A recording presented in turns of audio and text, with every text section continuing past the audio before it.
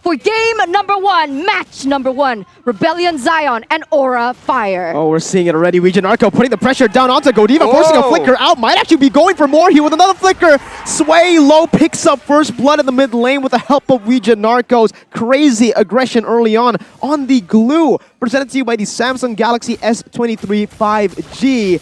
Yeah, that's what Glue Roam does. That is what Glue does in general. If you're moving backwards, he excels. And in the roam game, in where the early game engagements are so all, it's just that Glue pick. And with the Avarice, also gains a lot of gold in the process. So already an off-meta pick, as we mentioned, and Vincent's on the Martis with the Demon Slayer. So we're gonna expect a lot of jungle contests here. But of course, he's up against High, also on the Fredrin with a Demon Slayer. And I think it's just going to be such an aggressive game because Godiva here, for now, is going to be out-damaged, out-pressured by Ouija. But once he reaches level 4, he will have more chances to make those big game-changing plays. Swalo, is he going to be okay here? Should be, right? Fluffy just going in for a little bit of poke damage. Maybe you can call it just burst damage because Swalo was taken quite low there. Pops the regen, and now they're going to go for it actually all the way, committing under the turret. Swalo falling, and Aura Fire picks 1 kill up on the board again. Rebellion Zion, though, not staying still just yet. Going on to the turtle with High, stunned up with hit damage down. Car's going to be able to dish out so much to take the kill over with the turtle secure as well. 2 minutes in, and Rebellion are doing really well. They are. They're definitely leading here. They're timing things really well, but in the mid-side, Narco gonna be taken down here. Ooh, that's a lot of damage. Both these teams are just going head-to-head, and honestly, the Romans are just so aggressively going at it. But I think the pressure is still on Godiva. He needs to try and get the perfect, the more decisive way of the dragons, because otherwise Ouija does not rely on that ultimate. He can just go in and out again and again, and it's just so oppressive. It's a style that really suits Rebellion Zion and their need for aggression. That's why when I looked at the patch notes, it said nerf to Glue, and I understand, right, that early game is kind of weakened a little bit, but not as much. But on the top side here, Fluffy gonna get taken down. Oh man, we're just seeing a lot of miscalculations happening for Aura Fire as they are going for a lot of these skirmishes without actually going for any setup. Meanwhile, in their own lanes, maybe stepping over, extending a bit too much on their comfort heroes. Sure, the Lapu wins up against the, the Paquito actually wins up against the Lapu early game, but once Cars gets to that level 4, the Bravest Fighter actually gets him to a pretty okay standing with the Paquito when it comes to all-ins. Trade, sure, you still lose, but when you get those all-ins with someone like a Lunox, that's when it gets crazy. We can go for some more here in the mid lane. High jumping in. That's a split by Narco onto High. Looking for more as Godiva's going to be able to pop in that Shunpu to disengage from the team fight. Both teams going at it, and as you mentioned, I think Aura can actually use this Paquito pick a bit more decisively. Usually we see the Paquito get ahead in lane solo, and then Fluffy goes around and becomes a huge problem for everyone else on the map. But now with both teams roaming towards the EXP lane, it just makes it easier for Rebellion to utilize the better team fight, the better AoE to try and get ahead. And in the gold lane, both gold lanes can just clear, but look at this damage coming in. Car super low, the Bravest Fighter, Godiva is able to knock 3 up, but it's not going to be able to find anything more there. It's going to be Vincent who finds the retribution on the turtle. Facehugger stealing the Brilliance away, but Cars is still way too tanky. Still surviving, even baiting Facehugger in as Vincent jumps in with a decimation, and he comes in again to finish the kill off. Vincent so low, but High is immobilized under the turret. Swalo is massive, and High is going to be jumped on again. Brought back for Swalo to pick up a killing spree.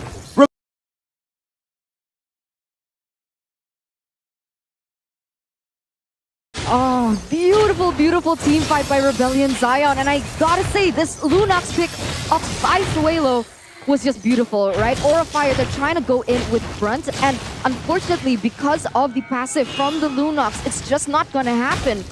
They get shredded. What's going on here, Rashi?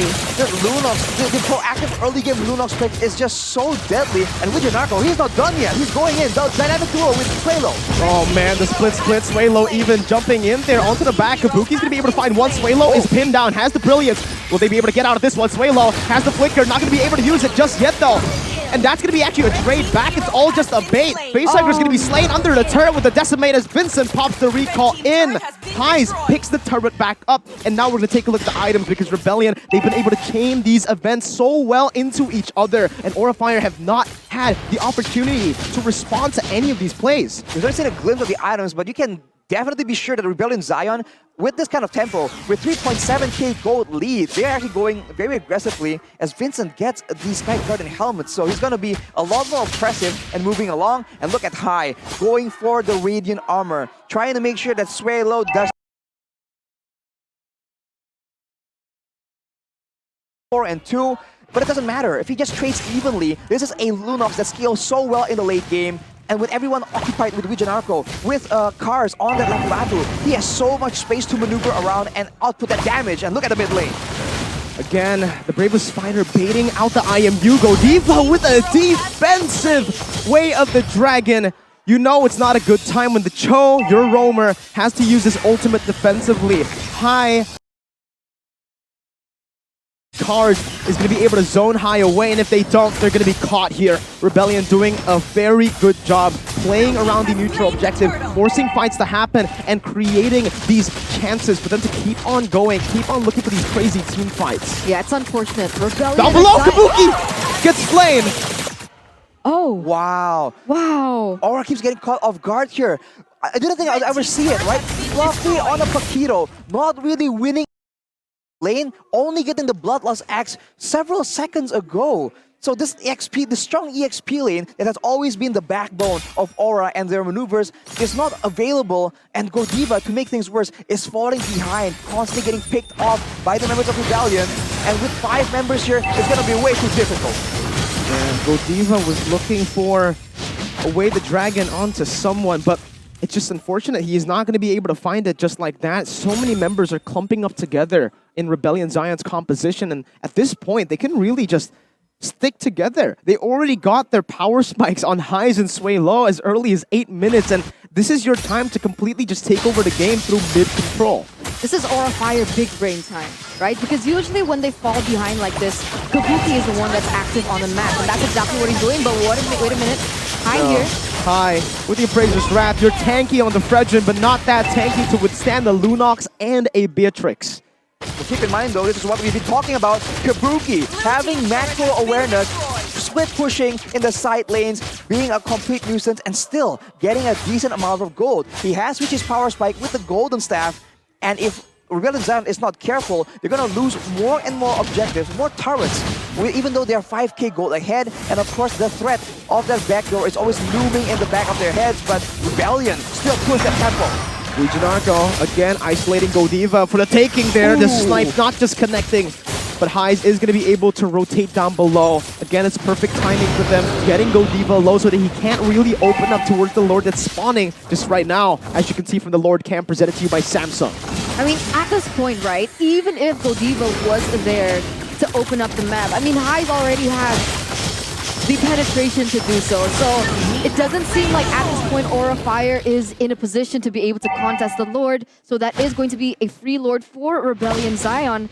And I'm just questioning a lot of things happening on the board right now. What is with the Paquito pick? I know Paquito was buffed, but compared to how strong other choices of side lanes are, I do believe that the Paquito is situational. Like, you would choose the Paquito against someone like the Benedetta in lane. I honestly think this is just a rare case, where we see Aura Fire just get completely outdrafted. I don't think the problem was with the Paquito. The Paquito was just like, I think the Benedetta could have been a better choice here with more mobility. Fluffy could have joined more team fights early on. But I think the main problem with the draft lies in the mid lane. No mid pressure. Remember, Lunox was picked up pretty early up against that Valentina, but they decided to go with Cho instead of something just with more map or mid